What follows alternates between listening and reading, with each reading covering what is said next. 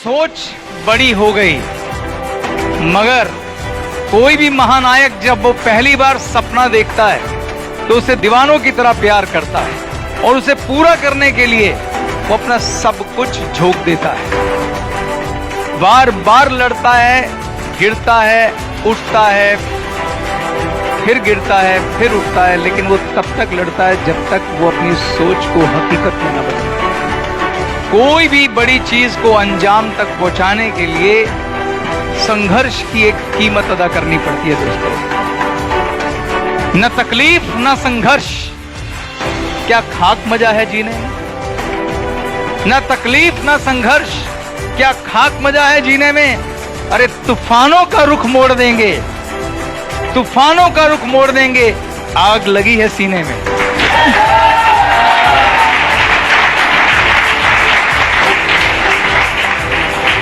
तो जिनको अपनी सोच से, सपनों से प्यार होता है, उनके सीने जल रहे होते हैं और वो कभी किसी चीज से घबराते नहीं हैं। दुनिया में कोई कामयाब स्टोरी ऐसी नहीं है जिसमें संघर्ष ना हो, लेकिन प्रॉब्लम यह है कि हम सिर्फ आदमी की कामयाबी देखते हैं, उसका संघर्ष नहीं देखते।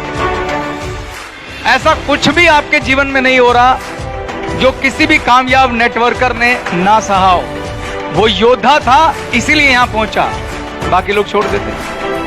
इसीलिए मैंने आपको भविष्य के योद्धा, भविष्य के विजेताओं को कहकर पुकारा है। बिना योद्धा हुए आप अपने सपने पूरे नहीं कर सकते। मैं आपको एक छोटी सी स्टोरी सुनाता हूं। एक लड़का था, गरीब घर का बच्चा, पापा लोहार, साइकिल की रिपेयर करने की दुकान। 1906 की बात है।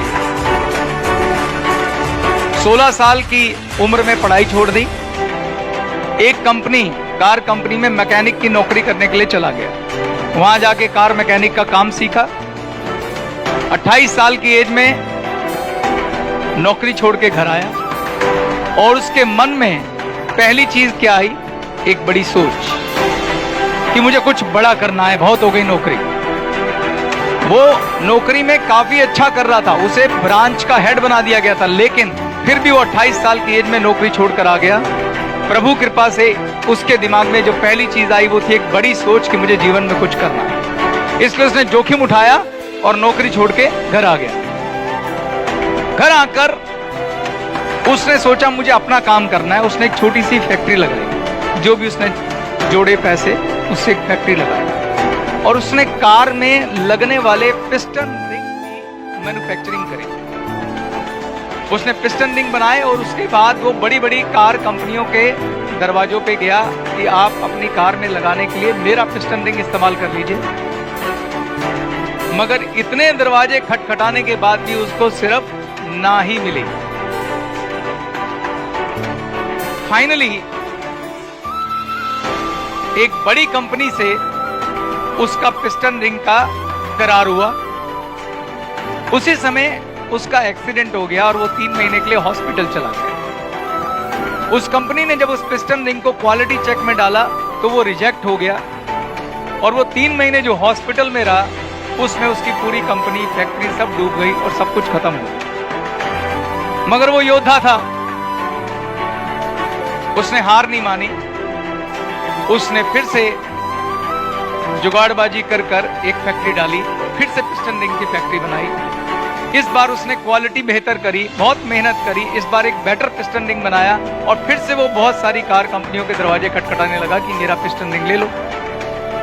और फाइनली जब उसकी बिल्कुल होप चरम पे थी, उसके ऑर्डर एक्सेप्ट होने वाले थे, सब कुछ बढ़िया चल रहा था, सब कुछ अच्छा चल रहा था, 1944 में वर्ल्ड वॉर हो गई और बहुत सारे बम उसकी फैक्ट्री पर गिरे और उसकी फैक्ट्री खत्म और ध्वस्त हो गई।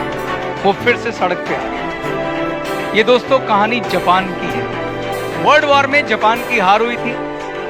इस वजह से जापान की इकोनॉमी बुरी तरह से गिर गई थी और लोगों के पास पैसे नहीं थे। लोगों ने साइकिलों पे चलना शुरू कर दिया, कार, स्कूटर सब छोड़ दिए। जब गरीबी आती है तो ऐसे ही होता है। साइचिरो नाम था इस व्यक्ति का।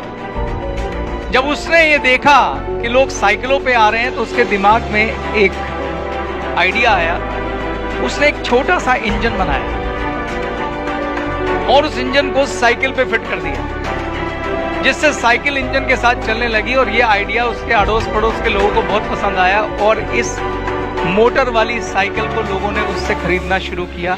और ये पहली अनऑर्गेनाइज या आप कह सकते हैं कि अनप्रोफेशनल मोटर वाली साइकिल यानी मोटरसाइकिल बनी। जब उसकी साइकिलें बिकने लगी तो उसने उसको और बेहतर किया और उसने पहली बाइक बनाई, यानी कि एक्चुअल मोटरसाइकिल, प्रोफेशनल मोटरसाइकिल, जिसका नाम रखा सुपर कप। और सुपर कप जो है वो बिकनी शुरू हुई और इतनी डिमांड बढ़ गई कि सिर्फ 10 सालों के अंदर 10 लाख मोटरसाइकिल पर मंथ उसके यहां बन रही।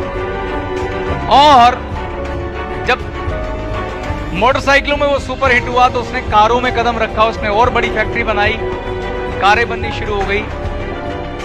1991 में 1991 में इस महानायक ने इस दुनिया को अलविदा कह दिया।